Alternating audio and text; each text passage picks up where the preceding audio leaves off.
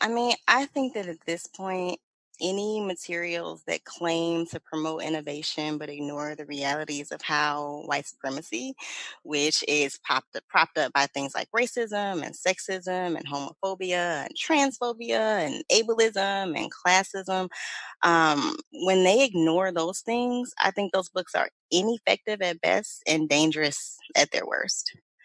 I wish I'd had a stronger lens when I wrote Started Up in 2010.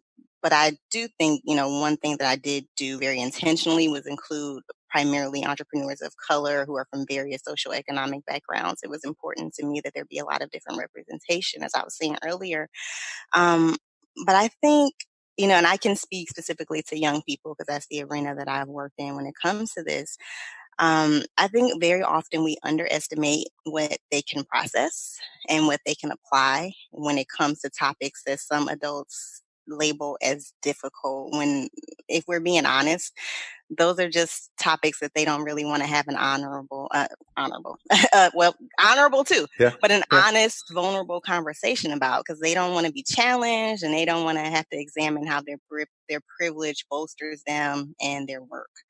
And that's where those white men come in. But I think that we really need to have more than just the people who are at the top of the white supremacist hierarchy. And I'm talking wealthy, traditionally educated, white, straight, cisgender, Christian, able-bodied men out here doing the work of entrepreneurship education. Because at the point that you bring in folks who represent, lots of different diverse backgrounds, that seeps in. Like, you were saying you had to kind of like, what's the through line of my work? The through line is that I'm a Black woman.